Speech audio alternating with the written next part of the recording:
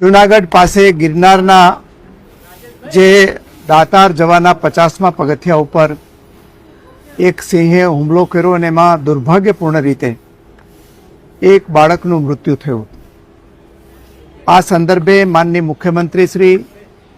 ભૂપેન્દ્રભાઈ પટેલ સાહેબે અધિકારીઓની સાથે રાખીને મીટિંગ કરીને તાકીદે આ યાત્રાળુઓની સુરક્ષા બાબતે પગલાં લેવાની સૂચનાઓ આપી હતી. એ સંદર્ભે આજે વન વિભાગના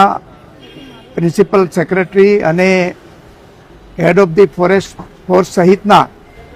ફિલ્ડના અધિકારીઓ અને મારા સાથી પ્રવીણભાઈ માળી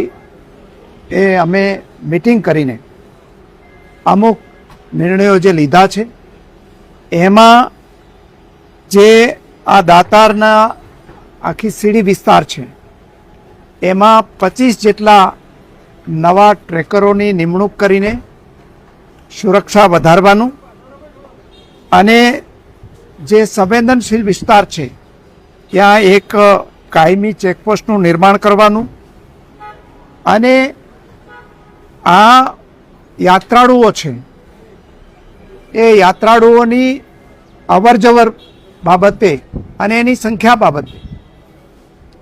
સંબંધિત વિભાગના અધિકારીઓ જૂનાગઢ પાસેના જનપ્રતિનિધિઓ એમને સાથે રાખીને દાતાર જવાના સ્ટાન્ડર્ડ ઓપરેશન પ્રોસિજર નક્કી કરવાનું પણ હુમલો કર્યો મીટિંગમાં નક્કી કરવામાં આવ્યું છે. એક બાળક ઉપરાંત આ પજવણીના આ સંદર્ભે બનાવો ન બને, શ્રી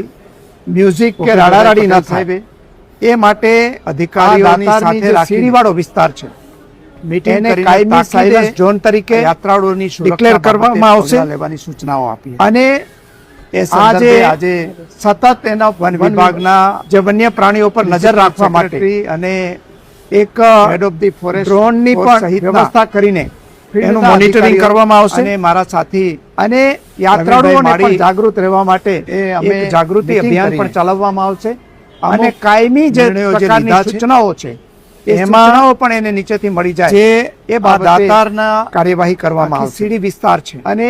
આવી એમાં દુર્ઘટના ફરી પાછી ન બને નવા માટે જે પણ ઉચિત પગલાઓ છે એ લેવા માટે ફિલ્ડના અધિકારીઓને સૂચના આપવામાં આવી છે. જે સંવેદનશીલ